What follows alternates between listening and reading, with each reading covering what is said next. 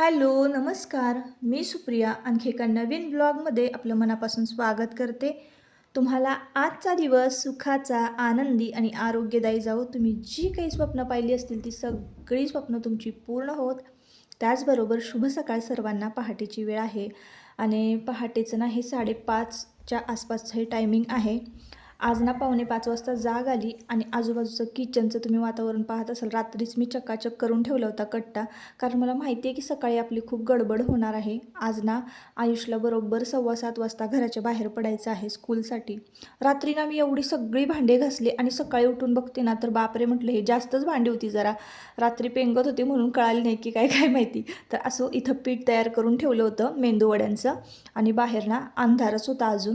तर चला मग म्हटलं वडे घालायला सुरुवात करूया, म्हणजे ना स्वयंपाकाला सुरुवात करूया, म्हणजे आयुष खाऊन पण जाईल आणि डब्याला घेऊन पण जाईल. तर काय होतं ना, कधी तुम्हाला माझं हे रुटीन बघायला खूप आवडतं बरं का, पण फक्त मी दर शनिवारीच तुम्हाला हे रुटीन तुमच्याबरोबर शेअर करू शकते. कारण आहे ना मी दर शनिवारीच 4:30 4:45च्या टायमिंगला उठते. नाही तर इतर वेळेस मी काय होते 6 साडेसहा वाजता उठते ना, त्याच्यामुळं तुम्हाला हे सगळं शूट मी तुमच्याशी शेअर करू शकत नाही. कारण लवकर जरा उठलं ना तर हे प्रत्येक कामाचं शूटिंग घेता येतं. रोज जर मी ह्या कामाचं शूटिंग घेत बसले ना तर मला सकाळी सकाळी किती धावपळ करावी लागेल, किती गडबड करावी लागेल. आणि उठते मी लवकर पण म्हणजे फक्त 6 साडेसहाच्या आसपास उठते आणि मग एकदम पटपट पटपट कामाला सुरुवात करते. असं जर शूटिंग करत काम करायचं म्हटलं ना तर मग ते लवकरच उठावं लागतं आणि असंही शनिवार असला की लवकरच उठावं लागतं. तर त्यामुळं ना आज लवकर उठले होते मी आणि आज ना मेंदूवड्याची रेसिपी करायची होती. म्हणजे बेत होता मेंदूवड्यांचा ना. तर मग त्या असंही काही स्पेशल जर असेल नाश्त्यासाठी तर मग लवकरच उठावं लागतं. तर असो, आज ना पौष पौर्णिमा आहे. पौष पौर्णिमा म्हटलं की मांढरदेवीची यात्रा आणि मांढरदेवीची यात्रा म्हटली की जशी जशी यात्रा जवळ येईल ना तशी तशी आमच्याकडं ना कडाक्याची थंडी पडते. मांढरदेवीची यात्रा एकदा का झाली की मग थंडी थोडी कमी कमी होते ते आमच्याकडे. तर ना आज मांढरदेवीची यात्रा आहे. आता जसं की आपलं सासरची देवी जी आहे माझी तुळजाभवानी कुलदैवत आहे आमचं. तर बघा मी नमस्कार केला. तुम्ही म्हणाल सारखीच काही नमस्कार करत असते. तर बाहेर बघा तुळशीला लावलेला दिवा किती सुंदर दिसतोय ना. सकाळी सकाळी तुळशीला दिवा लावला ना की एक वेगळंच म्हणजे नाही का, वेगळीच ऊर्जा निर्माण होते आजूबाजूला. बघा एकदम मला भारी वाटतं. आता तुम्हाला वाटतं की नाही बघून मला नक्की कमेंटमध्ये सांगा. पण सकाळी सकाळी ना असा अंधारामध्ये का नाही तेवता दिवा असेल ना तुळशीसमोर एकदमच भारी वाटतं. आणि मला एकदम मागे एका ताईंनी कमेंट केली होती की रात्रीचा संध्याकाळचा दिवा लावायचा असतो तुळशीला, सकाळचा नसतो लावायचा, सकाळचं पाणी घालायचं असतं. पण होतं असं की मी सकाळी खूप लवकर उठते, म्हणजे अंधार असतानाच उठते, उजाडलेलं नसतं. तर मग मला असं वाटतं की सकाळच्या पहाटेच्या अंधारामध्ये ना सकाळी सकाळी तुळशीजवळ दिवा असला ना तर खूपच छान वाटतं आणि मला तीच मोमेंट खूप आवडते बरं का. तर तुम्हाला काय वाटतं नक्की कमेंट करून सांगा. आणि असो, आता मी आता पौष महिन्याचं तुम्हाला सांगत होते. आता मी इथं बीटर घेतलेलं आहे ना जे ब्लेंडर, तर ते मी फेटायला घेतलं होतं बरं का. वड्यांचं पीठ आहे ना छान हलकं होण्यासाठी फेटायला घेतलं होतं. तुम्हाला जर हे ब्लेंडर पाहिजे असेल, बीटर पाहिजे असेल तर नक्की मला आहे ना डिस्क्रिप्शनमध्ये मी लिंक देते किंवा कम्युनिटी पोस्टमध्ये देते आणि शॉर्ट व्हिडिओला प्रोडक्ट पण टॅग करते. एकदम एक नंबर आहे. 446 का 47 रुपयाला मी हे घेतलेलं आहे. किती 3-4 वर्षांपूर्वी घेतलेलं आहे, पण अजूनही त्याला काहीच झालं नाही. किती जरी लोड आला ना तरीसुद्धा ते बीटर एक नंबर चालतं. तुम्हाला पाहिजे असेल तर मग मी शॉर्ट व्हिडिओमध्ये प्रोडक्ट पण टॅग करते. या डिस्क्रिप्शनमध्ये पण मी लिंक देते.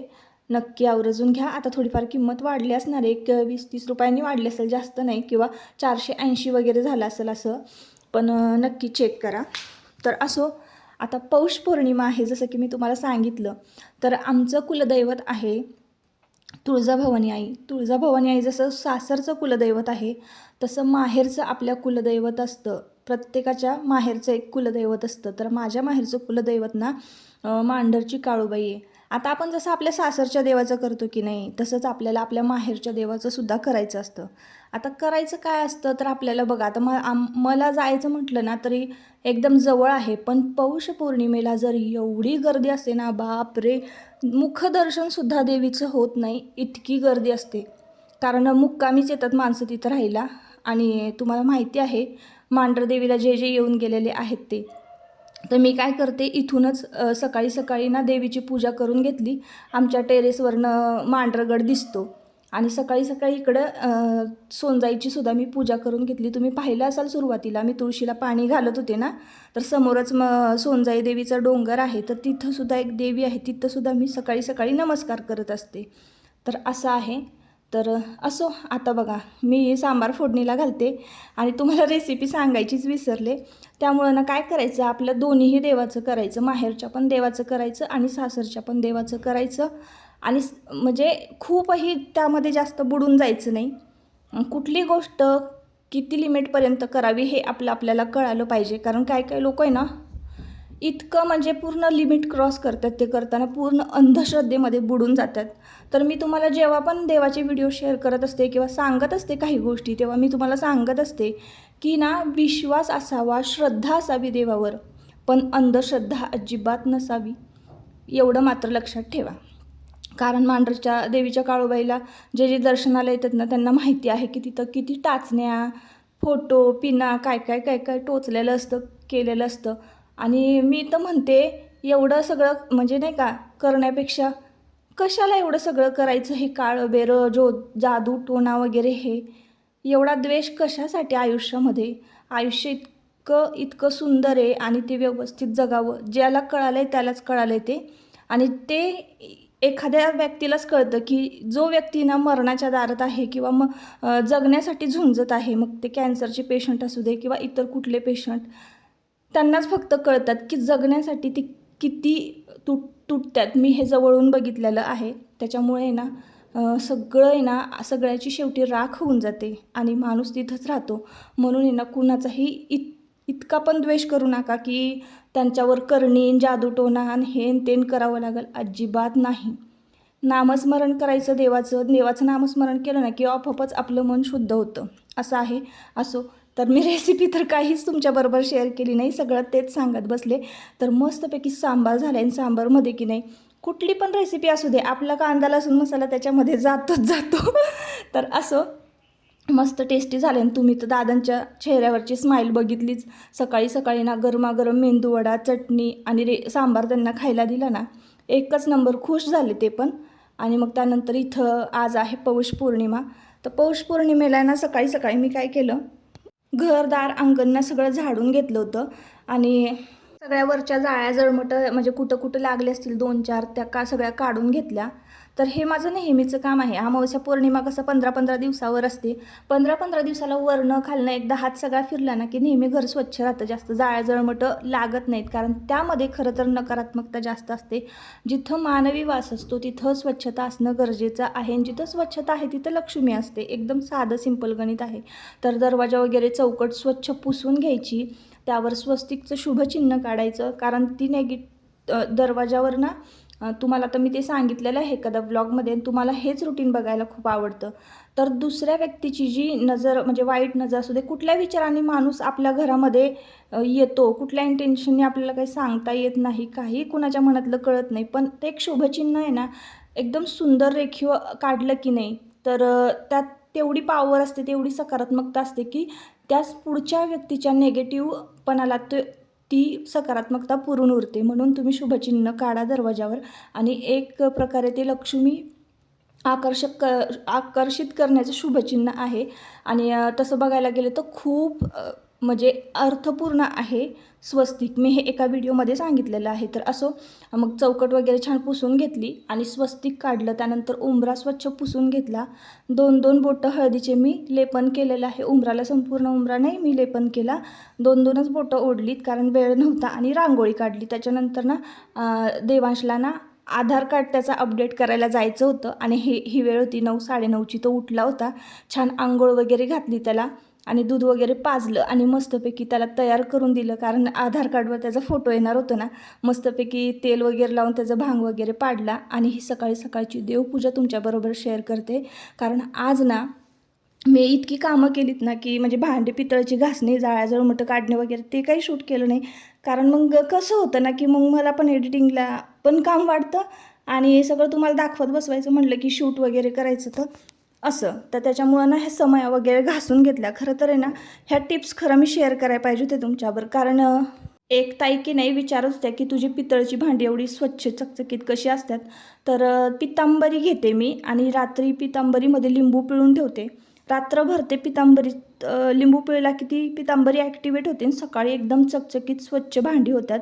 तर ह्या समया वगैरे मी आत्ता घासून घेतलेल्या आहेत. सकाळी सकाळी स्वच्छ धुवून पुसून हा दिवा वगैरे देवापुढचं तांब्या आणि हे सगळ्यांना म्हणजे सगळी देवघरातली भांडी आहेत ना, ती मी आत्ता सकाळी सकाळी घासून घेतलेली आहेत.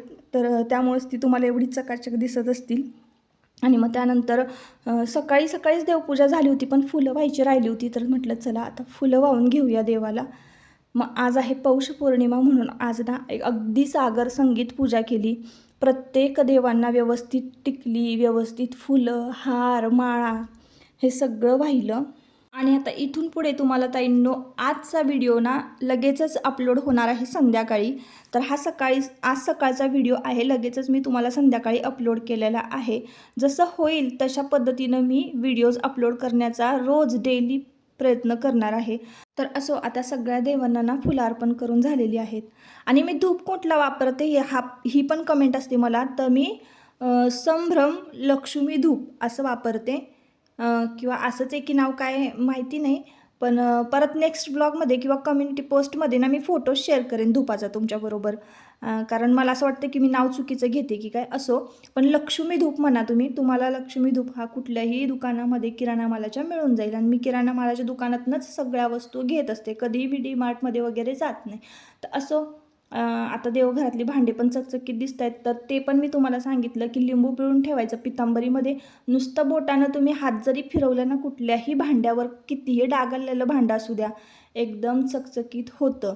आणि त्यानंतर देवांकडं बघून तर एवढं प्रसन्न वाटत होतं ना, खरंच खूप छान वाटतं मला. आणि दिवा वगैरे चकचकीत असेल ना तर अजूनच प्रसन्न वाटतं. घरामध्ये देवघर जर असेल का नाही, आणि देवघर हे नेहमी लखलखीत स्वच्छ आणि देवांना छान नटवलेलं असेल की नाही, तर संपूर्ण घरामध्ये ना पॉझिटिव्हिटी पसरते.